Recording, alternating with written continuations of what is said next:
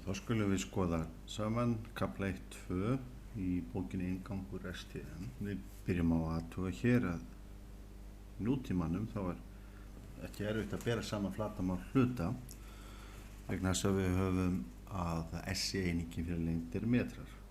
Áður en við höfðum þennan staðal þá bárum menn yfirleitt saman hlutföll og myndum þá svona að skilgreina kannski hver fyrir sig eða láta annan vita hvað þeir notuðu til viðmiðunar. Til dæmis segjum við að 1 tomma, það er enn sums staðar notað á móti, ég var að segja 1 sentimetra.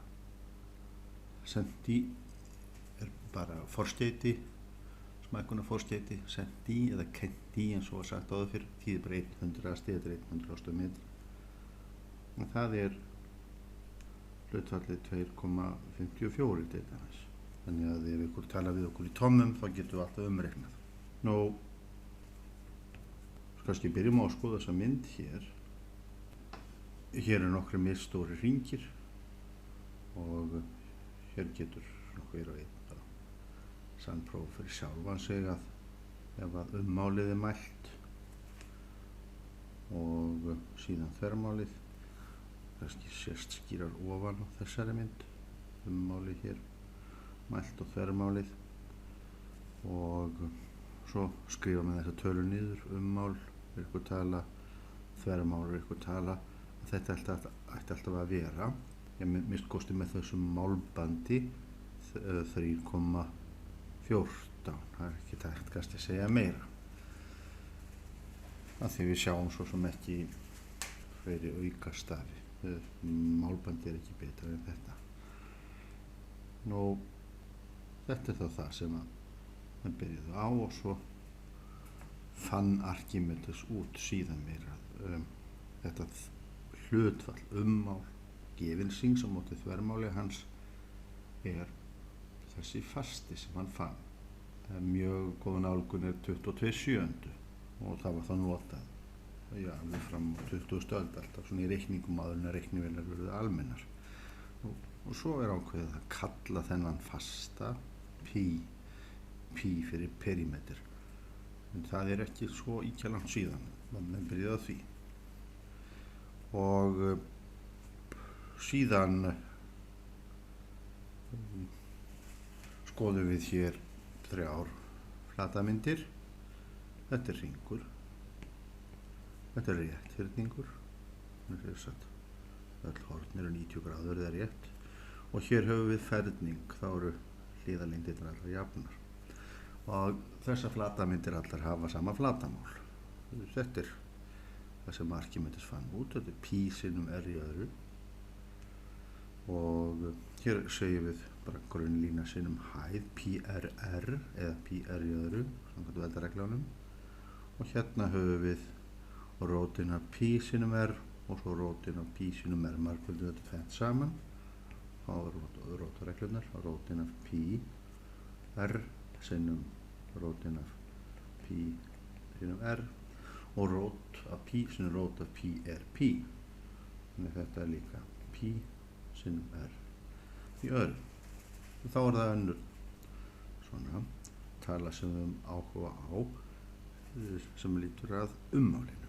Og ummál hringsins er þvermál sinnum þessi fasti, það er það sem pi þýðir.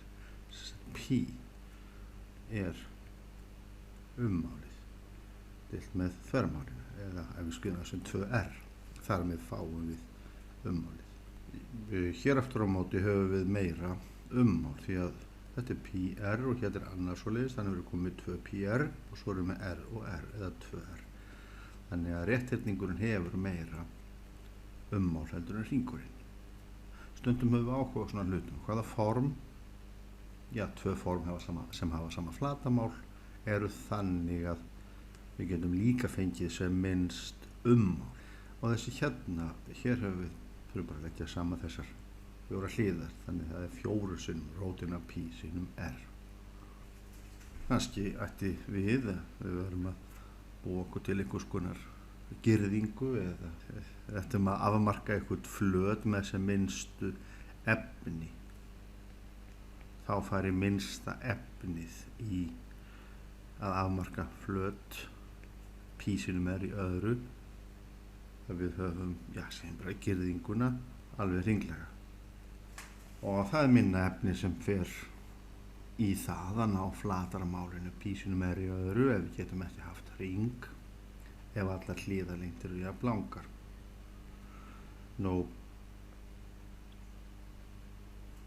Og það nákvæmlega þetta hér sem gert með síendurteknum mælingum menn komast að einhverjum sannleik, og svo vilja menn hafa betri mælitæki til þess að geta bætt við aukastöðum, og svo þegar menn hafa gert marga mælingar þá tekið meðaltal af öllum mælingunum, og meðaltalið ætti að jafna út verstu mælingarnar, þær sem eru allt of háar, þær sem eru allt of lágar, og stundum hendi maður verstu mælingum.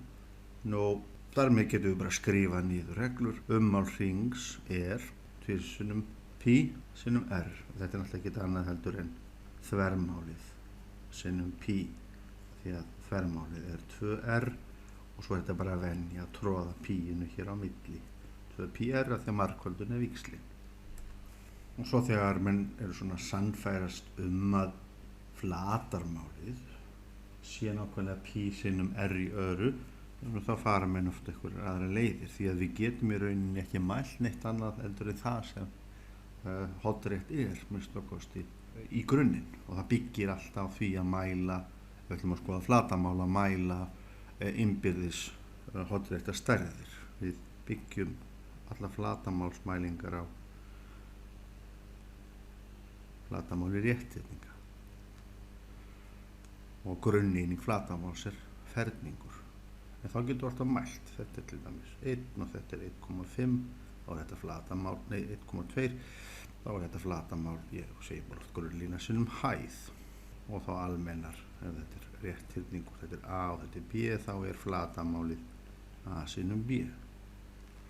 Og þess vegna ætti mynd, þar sem við förum að á kannski svolítið sniðugan hátt, að reyna að setja hringinn á form rétthyrnings til þess að reyna að sjá út hvert flatarmálið er, með því að skipta honum upp í geira eða svona sneiðar, og þá gengur það eftir að þessar hérna rauðu þær leggjast eða fallar ofan í þessar bláu, og svo náttúrulega með því að taka ekki bara 8 svona sneiðar heldur 16 plus 16 þá,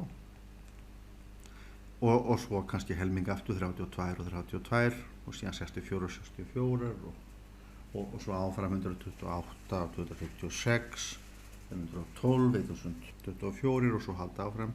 Þá ættum við að sjá þetta samband að þá höfum við umbreytt þessu formi hring í rétthyrning sem að svona gefur þessa vísbendingu. Þessi hlið hérna er akkurat eða á að vera, ef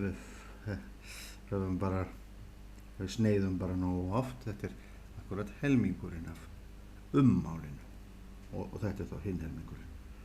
Þannig að þessar hérna lengdir ætti ekki að tekna með þegar við erum að velta fyrir okkur ummáli, en reyndar er þessi mynd til þess að rökstyðja flatarmálið, en við getum líka notað hana til þess að rökstyðja ummálsformúlana. Svona, við viljum gera það. Hendum sem sagt þessu 2πr, 2πr. Nema hvað? Við skrifum svo bara niður þessar reglur sem að allir kunna. Ummál hrings er 2πr og flatarmál hrings er pí sinnum r í öðru. Og svo setjum við fram skilgreiningar, hringur með geisla 1, og nú látum við líka á milli hluta hverjar einingarnar eru. Það er svo sem engin konst að segja 1 sentimetrið, 1 metrið, 1 kílómetrið, 1 tomma, eftir því sem við á bara. Það er verkefninu, þannig að við notum einingulegar stærðir.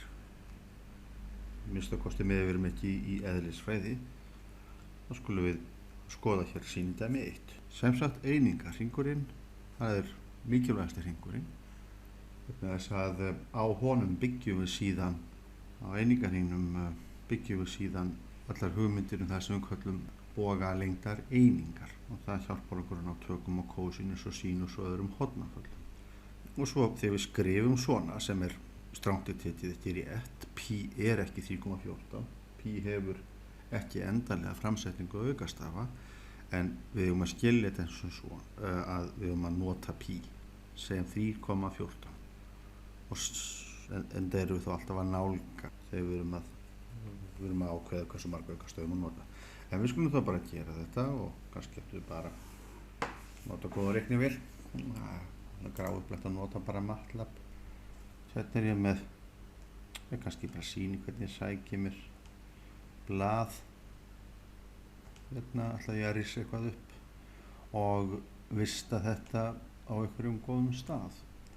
Hérna ég bara búin að búa mig til möppu, MATLAB kafli 1 og hún þá á einhverjum öðrum góðum stað. Þetta undir möppur í möppu sem heitir sumar 2022.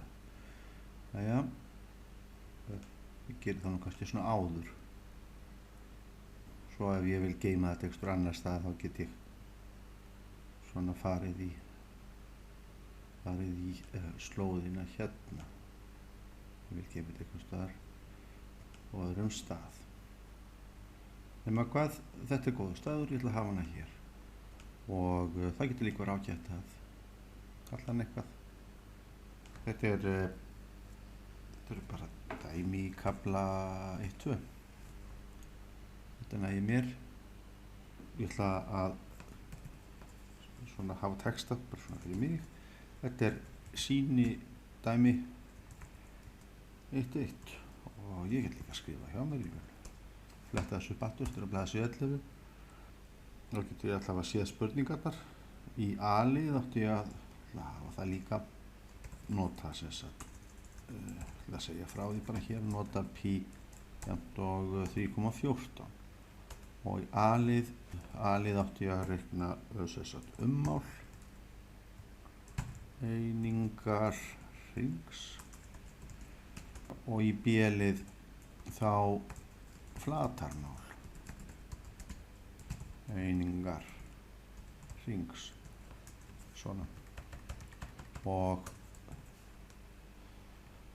svo ég geti nú nota formúluna þá ætla ég bara að skrifa r jafnt og 1 og sjá hvort það kom ekki því ég tók Ctrl Enter og nú veit ég hann þarna þannig að ég slekk útprentun og ég ætla að hreinsa skjáinn svona og svo getur maður sett birtu mér getum að lesa þetta lið A og kemur svona A og sýndu mér B svona. Nú hérna ætla ég þá bara að reikna ummálið. Ummálið það pi sinnum r og það eru 2 svoleiðis. En ég fæ fjóraaukastafi. Ég hafa stórt og flatamálið pi sinnum r eða r í öðru. En það var beðið að hafa þarna 2 aukastafi. Nú ætlum ég að gera dálítið sem alveg hálfbannað. Það þarf að skrifa pi. Pi frátæking fasti. Þú kannski skoða hérna til hliðar hvað. Ég skrifa pi og gefum 4 aukastafi. En það bara því ég að nota innbyggða formati. Það format short. Bara slíka því 4 aukastafir. Aftur pi. En það líka til meira. Þessu format long og skrifa núna pi, þá fæ ég miklu fleiri aukastafi. Ég fæ 4, 8, 12, ég fæ 15 aukastafi. Ég sé það það sem format long þýðir. Svo reynda til eitthvað sem heitir format bank og format bank. Í bankareikningana því að þau þurfa bara 2 aukastafi. Þegar ég skrifa núna pi með format bank það fær 3,14. Þannig að ég gæti svo sem bara notað format bank, skrifa það hér og þá þá gefur hún mér allt svar með 2 aukastöðum. En nú ætla ég að gera vitleysu sem er óleyfileg og ég ætla að byrja því að hreinsa allt sem ég var að gera. Sjáu, hér er komið svolítið af stærðum í vinnurýmið, workspace. Ég ætla að hreinsa allt, allar breytir sem er komnar inn, ég ætla að hreinsa gluggann og stroka þetta aðeins út og gera það sem ekki má. Ég ætla að segja pi er 3,14. Pi er innbyggður fasti í reiknivélinni, MATLAB sem notum hér. Nú er ég að yfirskrifa það og hún bannar mér það ekki. Þannig ef ég nota núna format short, þá er ég búin að, ég bara lesa hérna með 2 aukastafi, en nú er ég búin að skemma pi. Kannski bara að segja þetta af því að þetta er eitthvað sem við þurfum að varast. En við kíkjum í MATLAB bókina, hérna á blaðsíðu 14. Þá fáum við að vita hvernig við að forðast svona hættur, blaðsíðu 14. Sko, pi er frátekinn fasti í MATLAB, stendur hérna.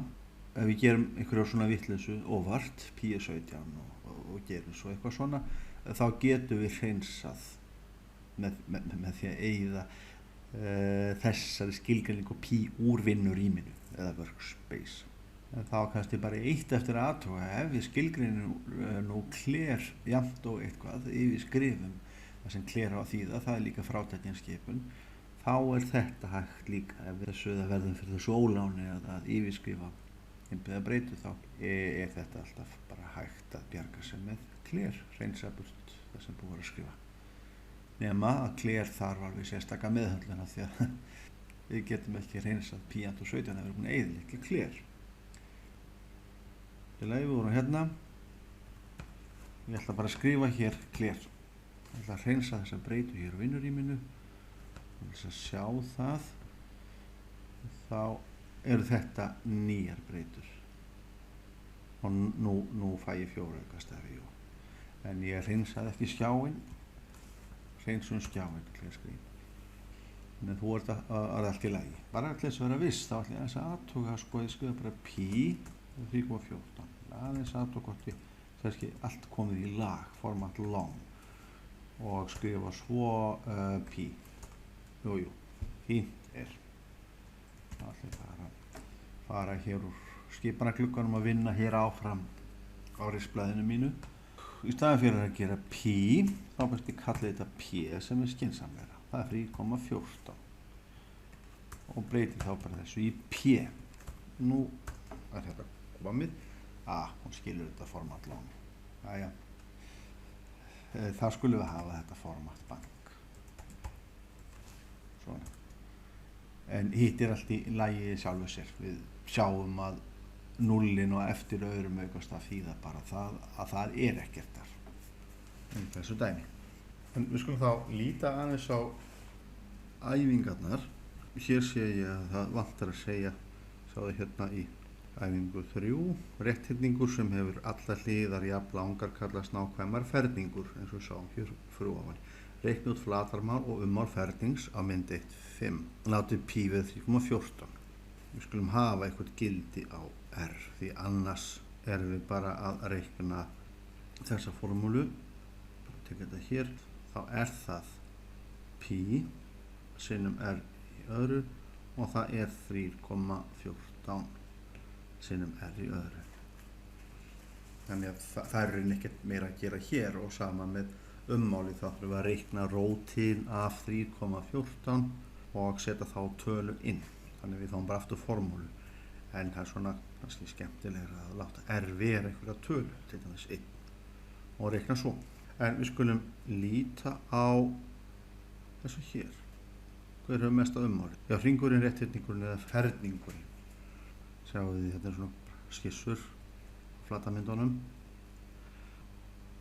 Við getum auðvitað sett inn tölur og skoða hvort það komi alltaf út að þetta ummál sé mest, svo að þetta og að þetta sé alltaf minnst. En við getum líka notað þessa tækni sem hefur verið beitt í gegnum árhundruðin að það er reikna hlutfall, aðtók hvort að hlutfall tveggja stærða sé stærri en 1 jafnt og 1 eða minni en 1 til þess að finna út hvor þeirra er jú stærri. Og ef við byrjum til dæmis á að bera saman ummál rétthyrningsins og ummál hringsins með hlutfallareikningi.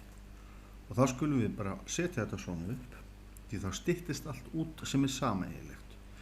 Ummál rétthyrningsins á móti ummáli hringsins, og svo skrifum við bara formúluna.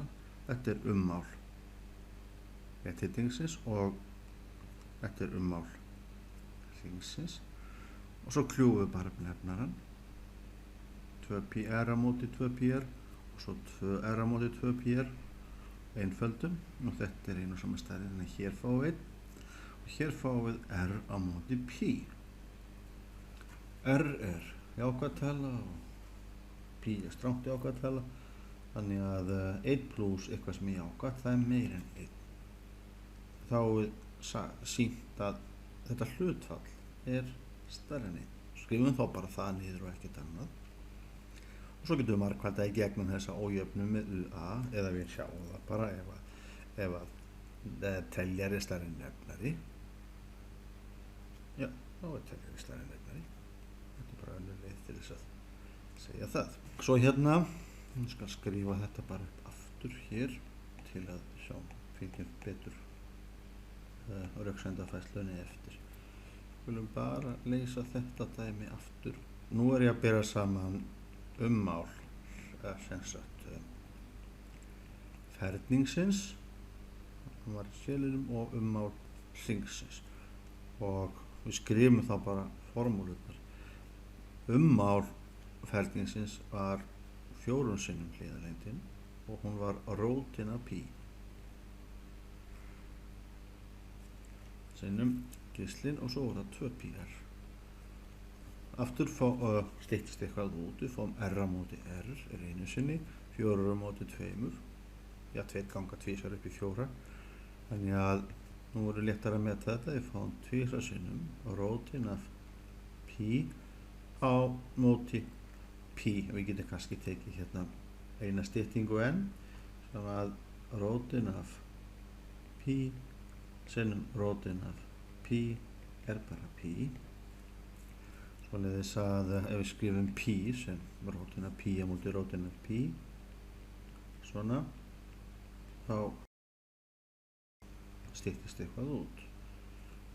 Þannig við fáum 2 á móti rótin af π. Það er niðurstaðan.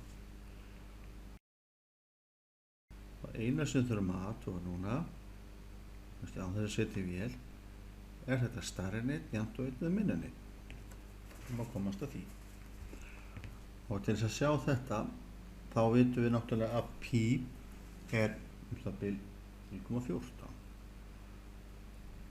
En getum að hugsa eins svo að við vitum að 17 í öðru er 289, þess að 1,7 er 2,89, 18 í öðru er 324, svoleiðis að 1,8 í öðru er 3,24. Þetta er 1,8 sinnum 1,8, þá færist komman í útkomunni.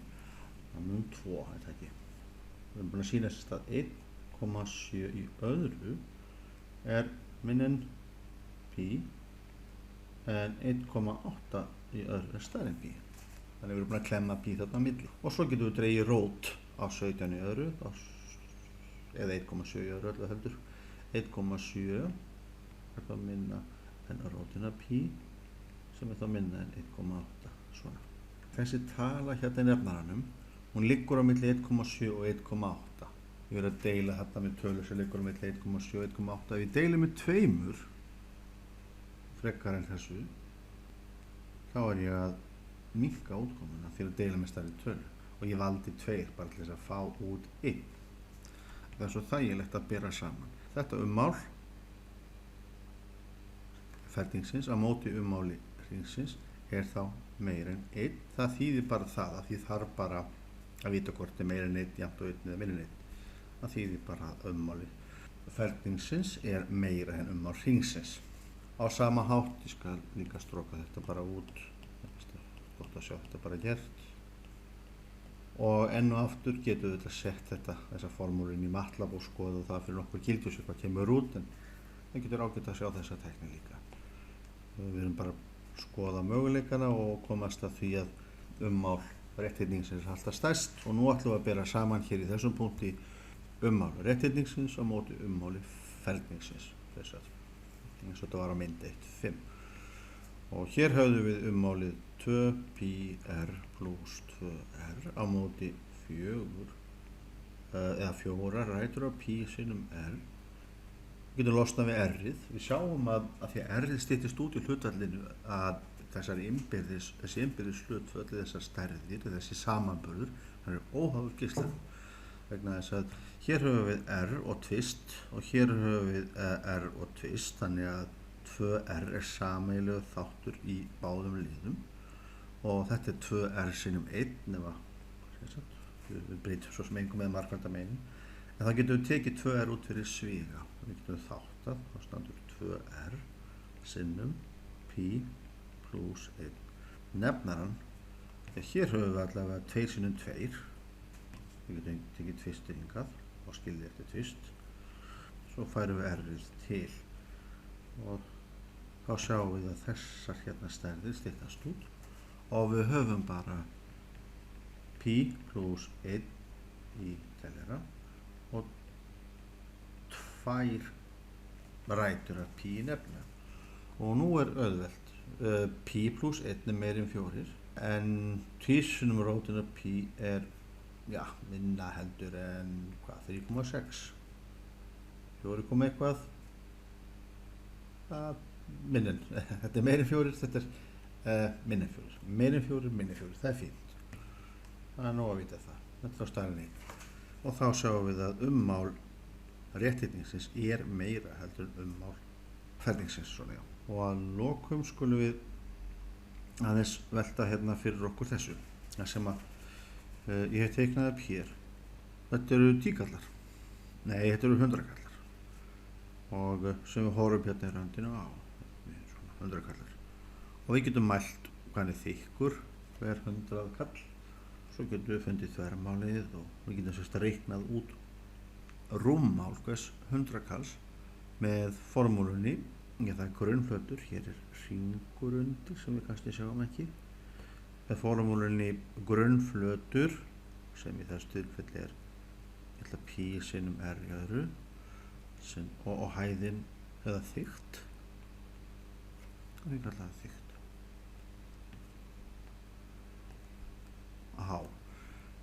Rúmmálið er þá grunnflötur sinnum hæð. Þetta er sem sagt svona þverstæða stærðið. Hæðin stendur þvert á grunnflötinn. Nú skulum við aðeins geyma þetta, skoða þetta hérna dæmi. Hér til hægri höfum við sívalning með geisla r og hæð h. Og við fáum þessa formúlu frá honum Arkímedes sem við segjum. Það er grunnflöturinn hér sinnum hæðin. Það gefur okkur rúmmál sívalningsins.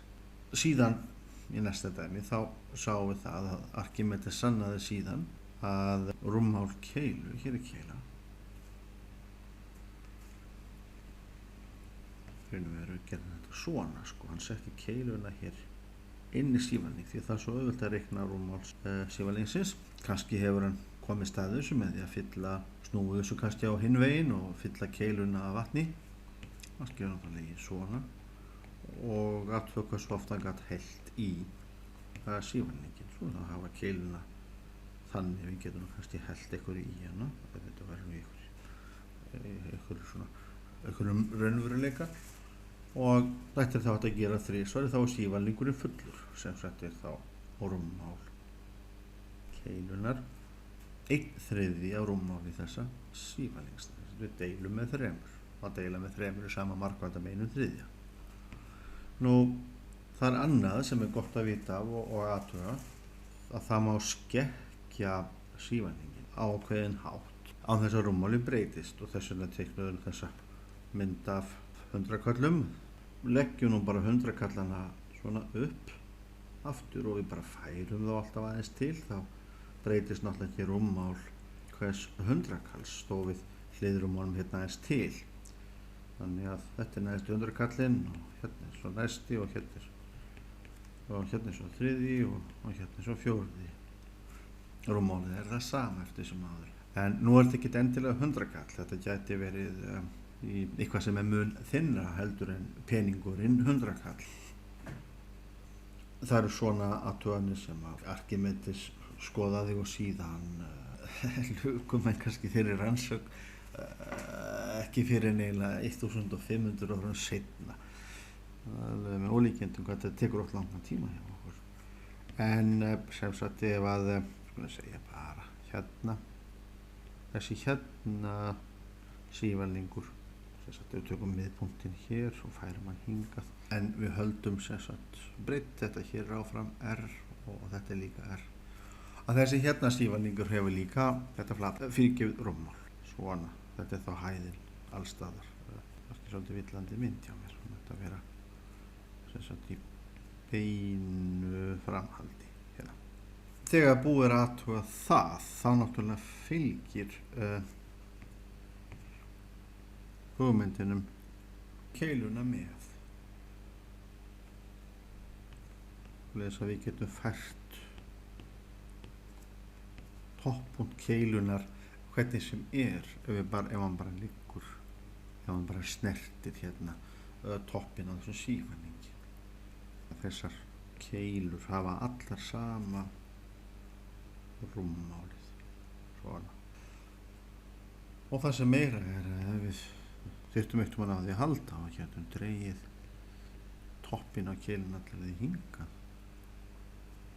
Það breytist rúmmálið ekki heldur. Ef við höldum hæð. Nú,